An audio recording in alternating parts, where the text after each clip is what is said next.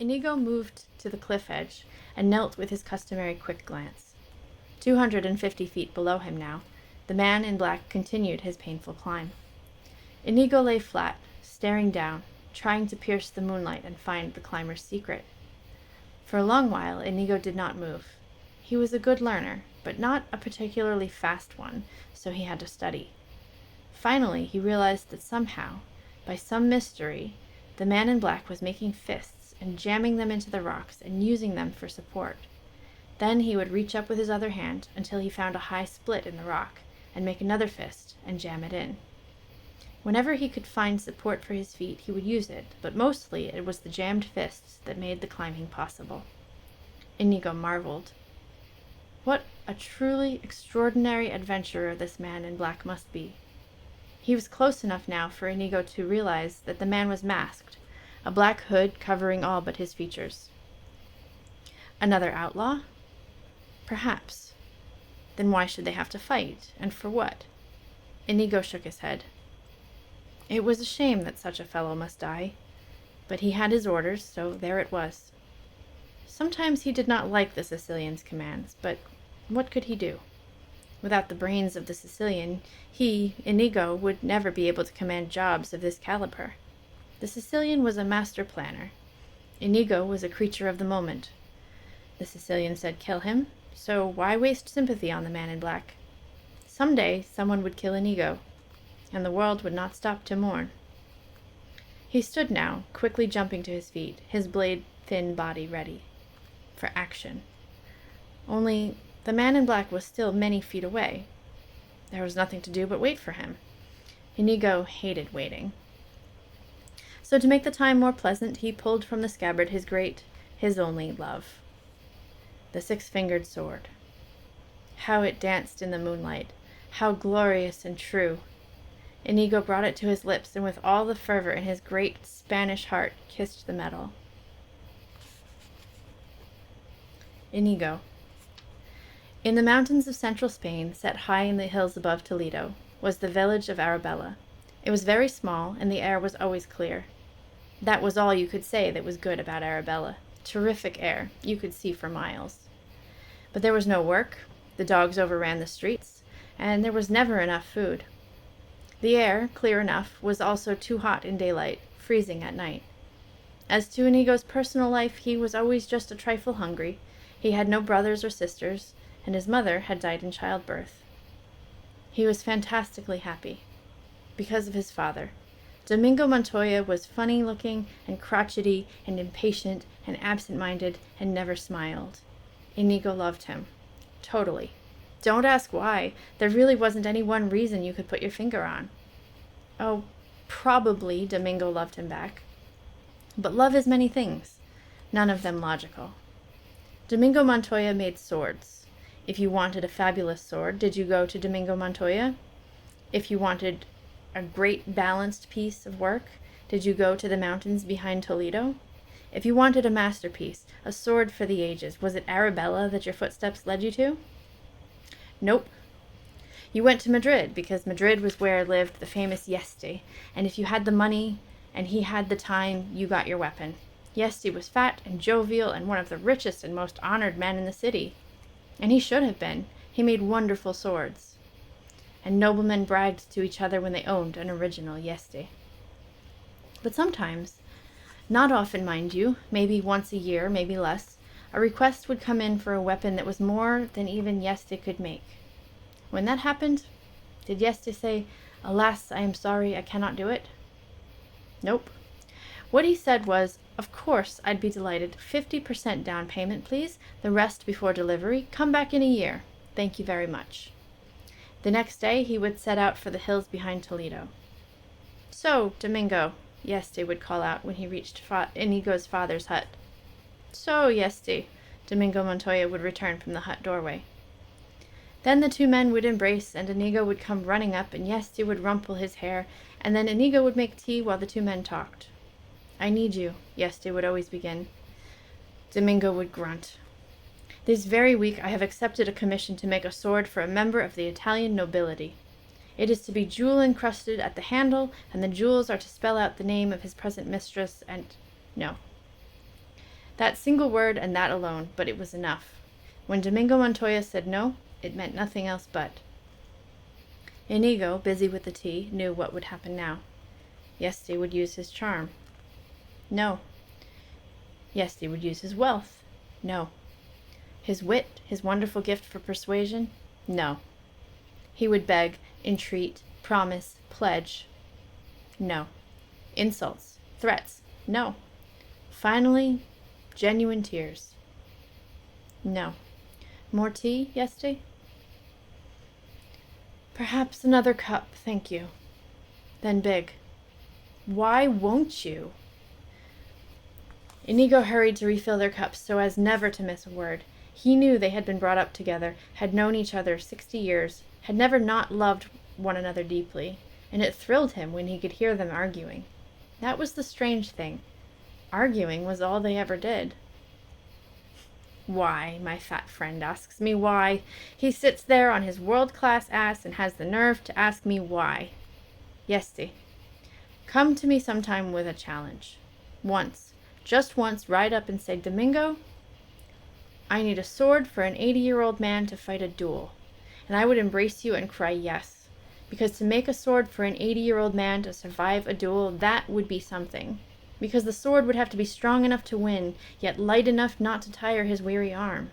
I would have to use my all to perhaps find an unknown metal, strong but very light, or devise a different formula for a known one, mix some bronze with some iron and some air in a way ignored for 1,000 years. I would kiss your smelly feet for an opportunity like that, fat Yesti. But to make a stupid sword with stupid jewels in the form of stupid initials so some stupid Italian can thrill his stupid mistress? No, that I will not do. For the last time I ask you, please. For the last time I tell you I am sorry, no. I gave my word the sword would be made, Yesti said. I cannot make it. In all the world no one can but you, and you say no. Which means I have gone back on a commitment, which means I have lost my honor, which means that since honor is the only thing in the world I care about, and since I cannot live without it, I must die, and since you are my dearest friend, I may as well die now, with you, basking in the warmth of your affection. And here Yesti would pull out a knife. It was a magnificent thing, a gift from Domingo on Yesti's wedding day. Goodbye, little Inigo, Yesti would say then. God grant you your quota of smiles. It was forbidden for Inigo to interrupt. Goodbye, little Domingo, Yesti would say then. Although I die in your hut, and although it is your own stubborn fault that causes my ceasing, in other words, even though you are killing me, don't think twice about it. I love you as I always have, and God forbid your conscience should give you any trouble. He pulled open his coat, brought the knife closer and closer. The pain is worse than I imagined, Yesti cried. How can it hurt when the point of the weapon is still an inch away from your belly? Domingo asked. I'm anticipating. Don't bother me. Let me die unpestered. These two are so siblings.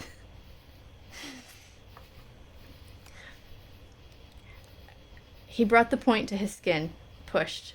Domingo grabbed the knife away. Someday I won't stop you, he said. Inigo, set an extra place for supper. I was all set to kill myself, truly. Enough dramatics. What is on the menu for the evening? The usual gruel. Inigo, go check and see if there's anything by chance in my carriage outside. There was always a feast waiting in the carriage. And after the food and the stores would come the departure. And after the food and the stories would come the departure. And always before the departure would come the request. We would be partners, Yesti would say, in Madrid. My name before yours on the sign, of course, but equal partners in all things. No. All right, your name before mine. You are the greatest sword maker. You deserve to come first. Have a good trip back. Why won't you? Because, my friend Yesti, you are very famous and very rich, and so you should be, because you make wonderful weapons. But you must also make them for any fool who happens along. I am poor, and no one knows me in all the world except you and Inigo. But I do not have to suffer fools. You are an artist, Yesti said. No, not yet. A craftsman only. But I dream to be an artist. I pray that someday, If I work with enough care, if I am very, very lucky, I will make a weapon that is a work of art. Call me an artist then, and I will answer." Yeste entered his carriage. Domingo approached the window, whispered, "I remind you only of this. When you get this jeweled initialed sword, claim it as your own. Tell no one of my involvement. Your secret is safe with me." Embraces and waves. The carriage would leave, and that was the way of life before the six-fingered sword. Inigo remembered exactly the moment it began. He was making lunch for them. His father, always, from the time he was 6, let him do the cooking, when a heavy knocking came on the hut door. "Inside there," a voice boomed. "Be quick about it."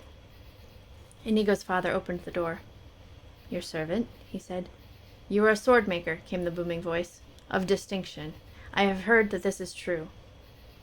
"If only it were," Domingo replied. "But I have no great skills. Mostly I do repair work. Perhaps if you had a dagger blade that was dulling, I might be able to please you, but anything more is beyond me." Inigo crept up behind his father and peeked out. The booming voice belonged to a powerful man with dark hair and broad shoulders who sat upon an elegant brown horse. A nobleman, clearly, but Inigo could not tell the country. "I desire to have made for me the greatest sword since Excalibur." "I hope your wishes are granted," Domingo said. "And now, if you please, our lunch is almost ready, and—" "I do not give you permission to move. You stay right exactly where you are, or risk my wrath, which, I must tell you in advance, is considerable. My temper is murderous. Now, what were you saying about your lunch?" "I was saying that it will be hours before it is ready. I have nothing to do and would not dream of budging." "There are rumors," the nobleman said, "that deep in the hills behind Toledo lives a genius, the greatest sword maker in all the world." "He visits here sometimes. That must be your mistake. But his name is Yeste, and he lives in Madrid." "I will pay 500 pieces of gold for my desires," said the big-shouldered noble. "That is more money than all the men in all this village will earn in all their lives," said Domingo. "Truly, I would love to accept your offer, but I am not the man you seek." These rumors led me to believe that Domingo Montoya would solve my problem. "What is your problem?" "I am a great swordsman, but I cannot find a weapon to match my peculiarities, and therefore I am deprived of reaching my highest skills. If I had a weapon to match my peculiarities, there would be no one in all the world to equal me." "What are these peculiarities you speak of?" The noble held up his right hand. Domingo began to grow excited. The man had 6 fingers. "You see," the noble began. "Of course," Domingo interrupted. "The balance of the sword is wrong for you because every balance has been conceived of for 5. The grip of every handle cramps you because it has been built for 5. For an ordinary swordsman it would not matter, but a great swordsman, a master, would have eventual discomfort, and the greatest swordsman in the world must always be at ease. The grip of his weapon must be as natural as the blink of his eye and cause him no more thought." "Clearly you understand the difficulties," the nobleman began again. But Domingo had traveled where others' words could never reach him. Inigo had never seen his father so frenzied. The measurements, of course, each finger and the circumference of the wrist, and the distance from the 6th nail to the index pad, so many measurements, and your preferences. Do you prefer to slash or cut? If you slash, do you prefer the right to left movement or perhaps the parallel? When you cut, do you enjoy an upward thrust? And how much power do you wish to come from the shoulder? How much from the wrist? And do you wish your point coated so as to enter more easily, or do you enjoy seeing the opponents wince? So much to be done, so much to be done. And on he went until the noble dismounted and had to almost take him by the shoulders to quiet him. "You are the man of the rumors." Domingo nodded. "And you will make me the greatest sword since Excalibur." "I will beat my body into ruins for you. Perhaps I will fail, but no one will try harder." "And payment?" "When you get the sword, then payment. Now let me get to work measuring. Inigo, my instruments?" Inigo scurried into the darkest corner of the hut. I insist on leaving something on account. It is not necessary. I may fail. I insist. All right. 1 gold piece. Leave that, but do not bother me with money when there is work that needs beginning. The noble took out 1 piece of gold. Domingo put it in a drawer and left it without even a glance. Feel your fingers now, he commanded. Rub your hands hard. Shake your fingers. You will be excited when you duel, and this handle must match your hand in that excitement. If I measured when you are relaxed, there would be a difference, as much as 1/1000th of an inch, and that would rob us of perfection. And that is what I seek. Perfection. I will not rest for less. The nobleman had to smile. And how long will it take to reach it? Come back in a year, Domingo said, and with that he set to work. Such a year. Domingo slept only when he dropped from exhaustion. He ate only when Inigo would force him to. He studied, fretted, complained. He never should have taken the job. It was impossible. The next day he would be flying. He never should have taken the job. It was too simple to be worth his labors. Joy to despair, day to day, hour to hour. Sometimes Inigo would wake to find him weeping. What is it, father? It is that I cannot do it. I cannot make the sword. I cannot make my hands obey me. I would kill myself, except what would you do then? Go to sleep, father. No, I don't need sleep. Failures don't need sleep. Anyway, I slept yesterday. Please, father, a little nap. All right, a few minutes, to keep you from nagging. Some nights Inigo would awake to see him dancing. What is it, father? It is that I have found my mistakes, corrected my misjudgments. Then it will be done soon, father? It will be done tomorrow, and it will be a miracle. You are wonderful, father. I'm more wonderful than wonderful. Oh, okay. I'm more wonderful than wonderful. How dare you insult me? But the next night, more tears. What is it now, father? The sword, I cannot make the sword. This is me trying to do anything. I have so many ups and downs. But last night, father, you said you had found your mistakes. I was mistaken. Tonight I found new ones, worse ones. I am the most wretched of creatures. Say you wouldn't mind it if I killed myself so I could end this existence. But I would mind, father. I love you, and I would die if you stopped breathing. You don't really love me. You're only speaking pity. Who could pity the greatest sword maker in the history of the world? Thank you, Inigo. You're welcome, father. I love you back, Inigo. Sleep, father. Yes, sleep. A whole year of that. A year of the handle being right, but the balance being wrong, of the balance being right, but the cutting edge too dull, of the cutting edge sharpened, but that threw the balance off again, of the balance returning, but now the point was fat, of the point. Let me start that over. That's a year of the handle being right, but the balance being wrong, of the balance being right, but the cutting edge too dull, of the cutting edge sharpened, but that threw the balance off again, of the balance returning, but now the point was fat, of the point regaining sharpness, only now the entire blade was too short, and it all had to go, all had to be thrown out, all had to be done again. Again. Domingo's health began to leave him. He was fevered always now, but he forced his frail shell on, because this had to be the finest since Excalibur. Domingo was battling legend, and it was destroying him. Such a year. One night, Inigo woke to find his father seated, staring, calm. Inigo followed the stare. The 6-fingered sword was done. Even in the hut's darkness, it glistened. At last, Domingo whispered. He could not take his eyes from the glory of the sword. After a lifetime. Inigo. I am an artist. The big-shouldered nobleman did not agree. When he returned to purchase the sword, he merely looked at it a moment. Not worth waiting for, he said. Inigo stood in the corner of the hut, watching, holding his breath. You are disappointed. Domingo could scarcely get the words spoken. I'm not saying it's trash, you understand, the nobleman went on, but it's certainly not worth 500 pieces of gold. I'll give you 10. It's probably worth that. Wrong, Domingo cried. It is not worth 10. It is not worth even 1. Here. And he threw open the drawer where the 1 gold piece had lain untouched the year. The gold is yours, all of it. You have lost nothing. He took back the sword and turned away. I'll take the sword, the nobleman said. I didn't say I wouldn't take it. I only said I would pay what it was worth. Domingo whirled back, eyes bright. You quibbled. You haggled. Art was involved, and you saw only money. Beauty was here for the taking, and you saw only your fat purse. You have lost nothing. There is no more reason for your remaining here. Please go. The sword, the noble said.